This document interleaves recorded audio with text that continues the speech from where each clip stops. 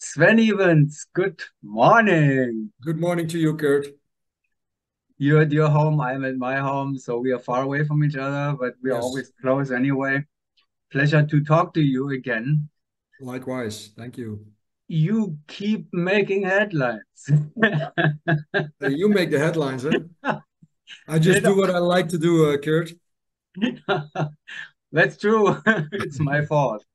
I agree with that. I have to tell you, but you give me the reason why I can do what I do. I mean, one of the reasons. But yeah, so the headlines came again. When I followed the Wemby dynamic and with the results and everything, I thought, well, God, I said I have to talk to you again. There is no way around it because everything turns out exactly almost like what you said before, and even better, and some on top of that. So let's recall quickly. We talked in January. Yes, That was when you needed a new team member and you found one. yes. Yeah, we started as people may recall, Wesley, our one of the founding members of Fireflash. He stepped back at the end of the 2022 season, at the end of the 2022 outdoor season, I must say, for personal reasons, not because he wasn't enjoying it anymore, not because we had a rough time within the team, because we always had great fun. Um, but he stepped back, and then we started looking for a new team member. We did some tryouts. We had a couple of candidates that registered for the tryouts, and eventually and pretty quickly we chose Lena to complete our team again. And it's been a year of training from that moment on. And then last weekend we participated in our first competition with this new lineup. Maya switching positions. She went from the point position or the point slot to the outside center slot. Okay. And should not forget to mention that she suffered from a broken back injury also at the end of the 22 outdoor season. Had two surgeries in the meantime, so she came from a very long distance as well. So Amazing. yeah, it is. I mean, both of the girls are fantastic. I mean, they are performing so well and they recover so well and they do so well. I'm super proud of them. I think we all are, but super proud of them, of themselves, and Glenn and myself of them as well, because what they do is amazing. That dedication, amazing, yes. And let's not forget that not only girls, Glenn has quite some injury Yeah, history story behind absolutely, his performance. absolutely. He had the same injury as Maya only a couple of years before that, and he also. I mean, it took both of them a while to recover, but they are. I mean, they're both machines. They show such resilience and willpower, and they came back so strong, and they keep on growing, both of them. So for me, it's really um, a privilege to be surrounded by amazing teammates like all of us, all of them basically. Yeah, you keep finding them somehow, though. So there must be something you're doing right there. Anyway, so Glenn's injury was a bizarre one, though. Wasn't like Maya's had the same injuries, but for different, it happened in different ways, right? Yeah, yeah. Glenn, Glenn's accident was a work accident, and mm, Maya's accident was a skydiving accident. he fell through the roof, right? Yes, So yes. Yeah. unbelievable. So in his job. Anyway, so that we recaptured all that from January. That's when that all happened. You had Lena then, and then we introduced her a little bit, and then half a year later, and you made the next headlines because there was a 16-year-old young skydiver entering the competition world. His name is Siem Ibens. Yeah. So that, I couldn't avoid that topic, of course, either. So how's that going? How is he doing? Is he crazy over four-way competition now and training? Are you training with him? Well, I mean, the outdoor season is pretty much over here in Belgium. I mean, it's autumn, it's raining, it's windy. I mean, the weather does not permit a lot of outdoor skydiving anymore here. But we're training indoor with Seam, and as a matter of fact, we will. I mean, Fireflash, our team will compete at the ISR Grand Prix Okay. tomorrow. Tomorrow, right? That's Yeah, tomorrow. yeah, and the team with Seam, Annelies, Leon, and myself will compete as well at that same competition. So I will do double duties, but the little guy will be competing in his first four-way indoor meet now this weekend. Under So Family Flash. The sorry. team name is Family Flash again. Well, we don't know. Actually, no, well, no, not really, because Family Flash came because of the fact that that Lena was also competing. So we were half Fire Flash, Oh, I see. and the other half was family, basically. But we are now called FSH2. FSH2,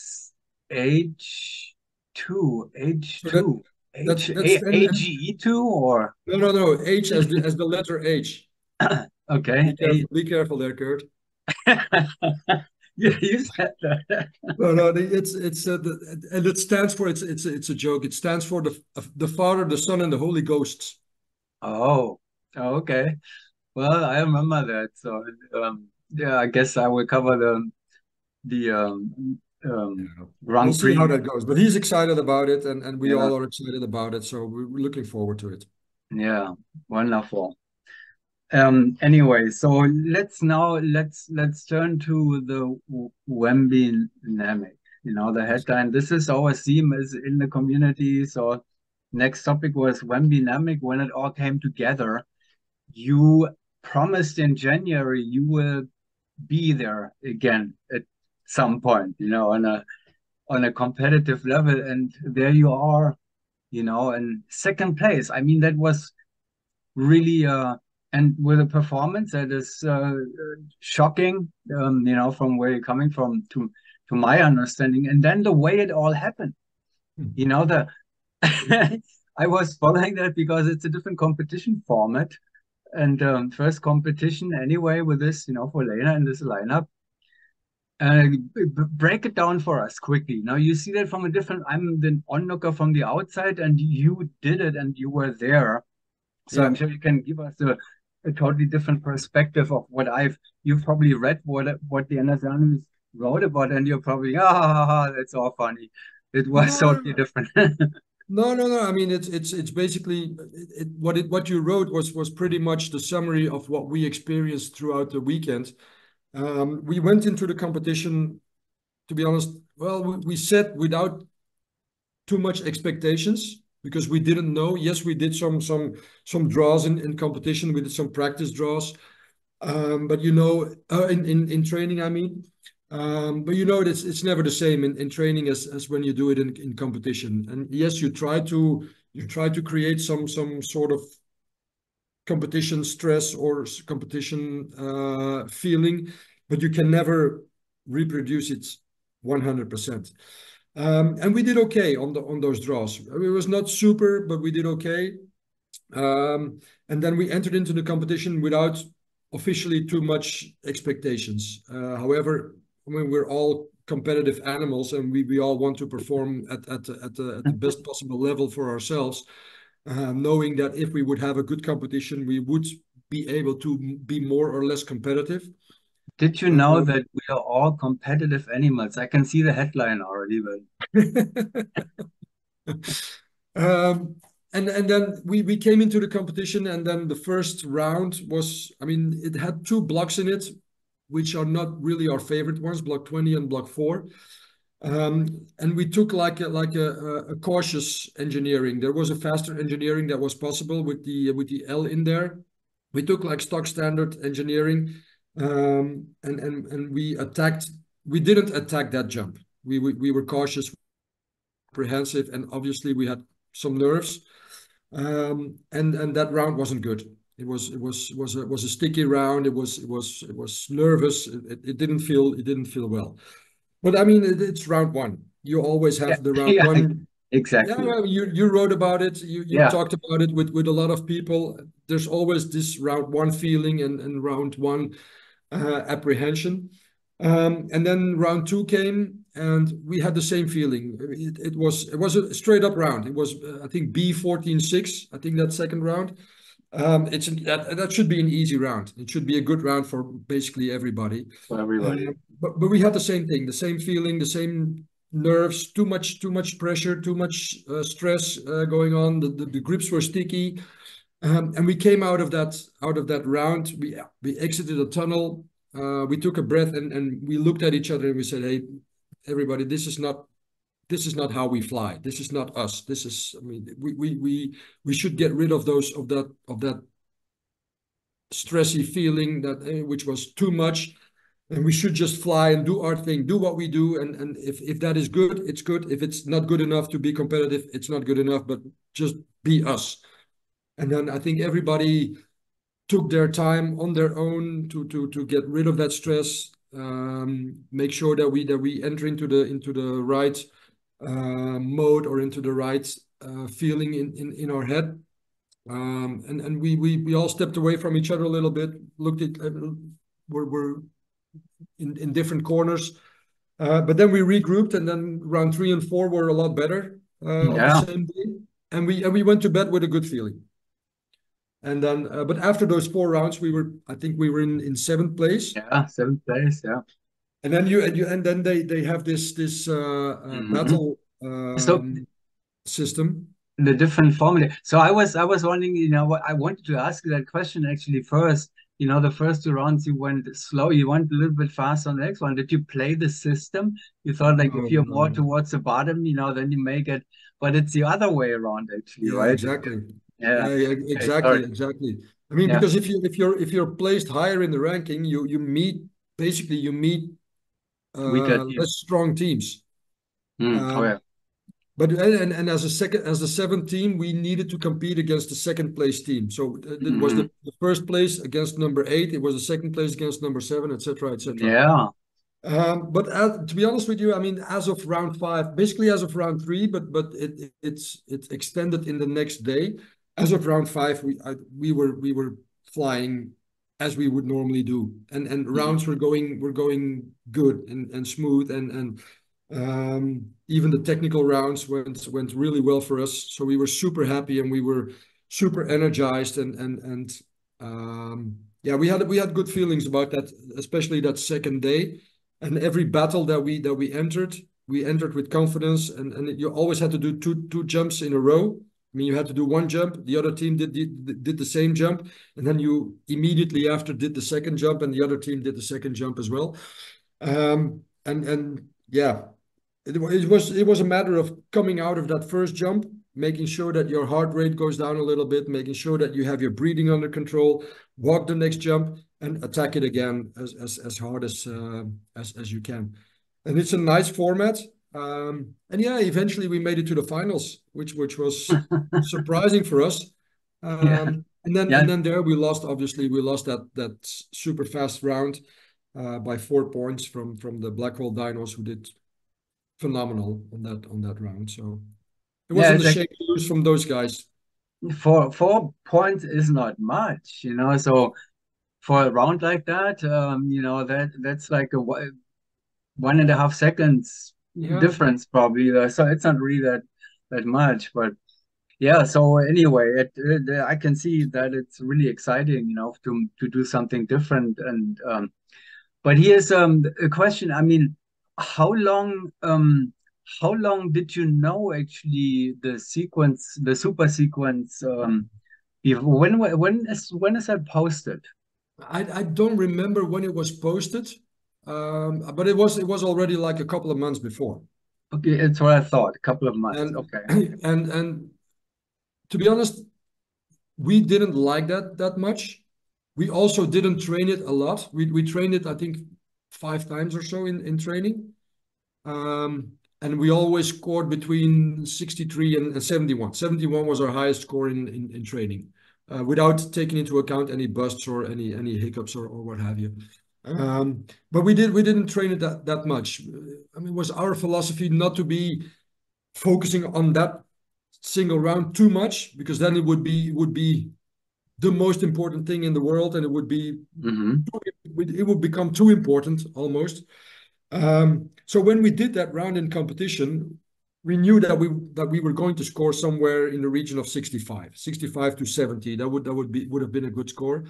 And then you enter into the competition. Obviously, you're hyped and you're energized, and you enter into the flying chamber with that round. And we felt that there were a couple of hiccups in there. I mean, in the beginning of the jump, we had somewhat of a hiccup, and we had like a pause of it's not even a second, I think, but it feels like a pause, because you want to regroup, and then you have to go full out again altogether, because there's no way of ramping up that jump like you would normally do in a normal jump in a normal competition. It's a digital jump. It's Yeah, 1 or 0. I mean, yeah. it's full out or nothing. Hmm. Um, but then when we saw that orange light flashing, which meant the end of the working time, you immediately look at the scoreboard, because there's a scoreboard in the tunnel as well. You immediately look at the scoreboard, and we saw that we had scored 75. And that was obviously before any deductions. So we were happy with that. We were super happy with that. That was the highest that we scored on that round. I think it was the sixth time that we did that round. It was the highest that we scored, so we couldn't have done better.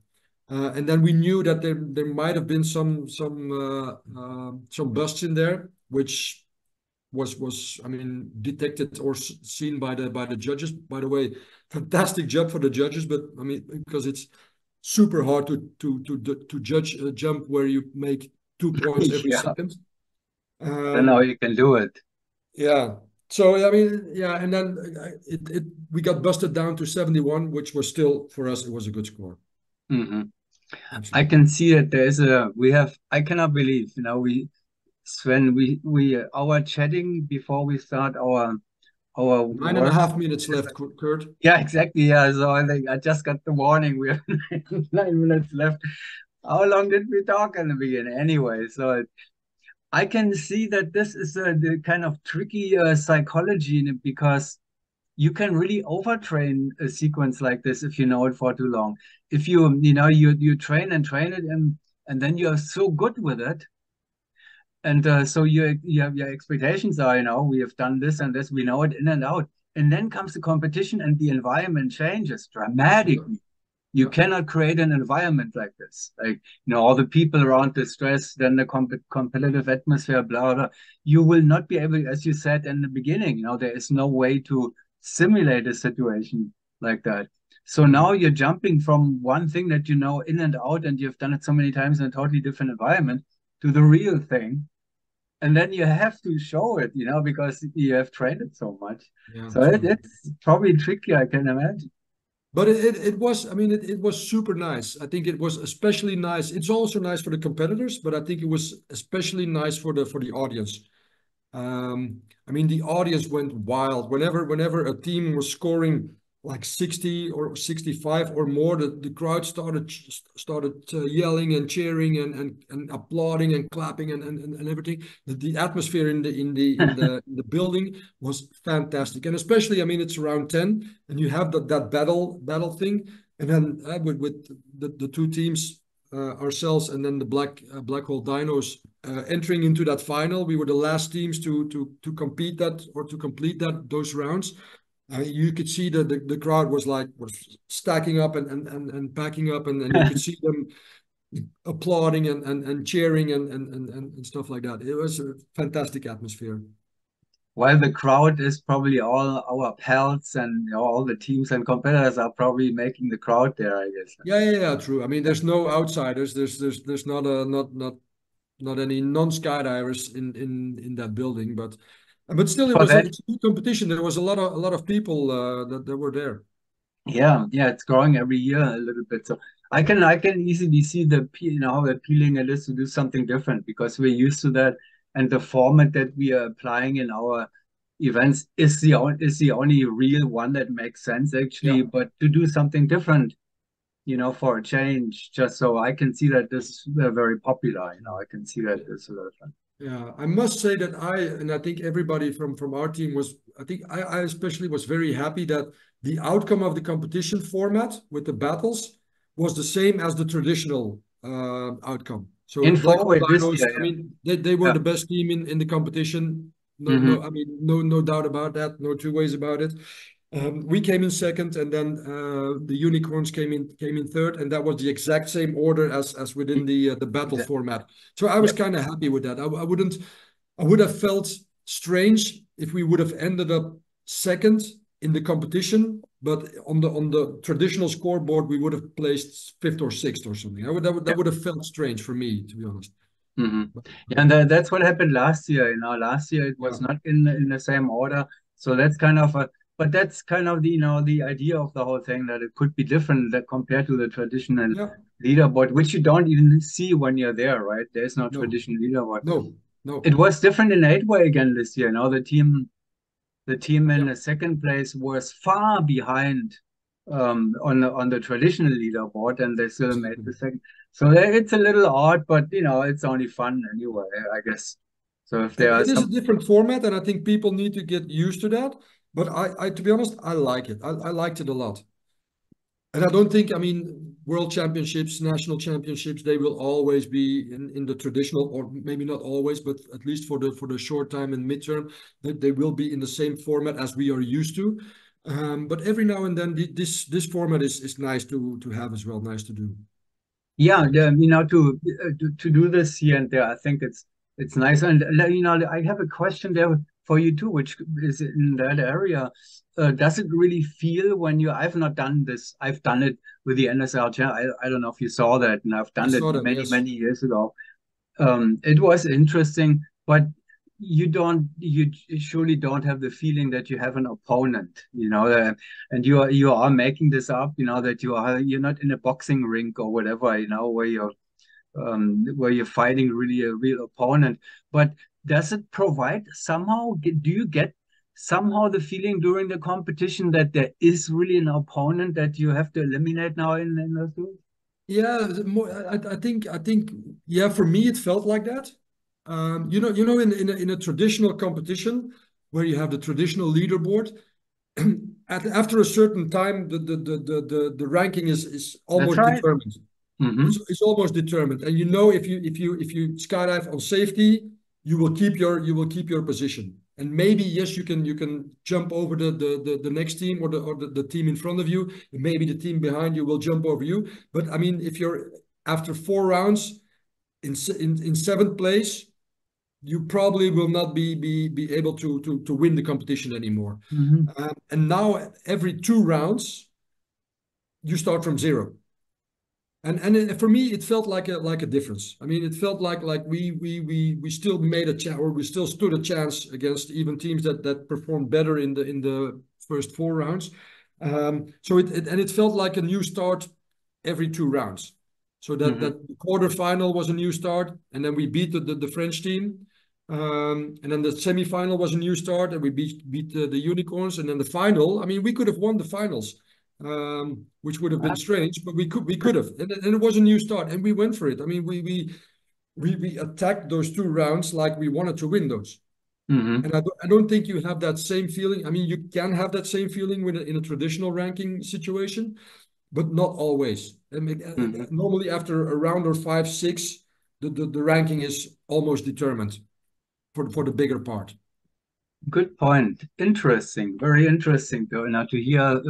I've not talked much about this directly with people who have competed. I mean, I have chatted about this, but Mhm. not really so much in detail. Sven, I'm afraid we have to come to an end here now.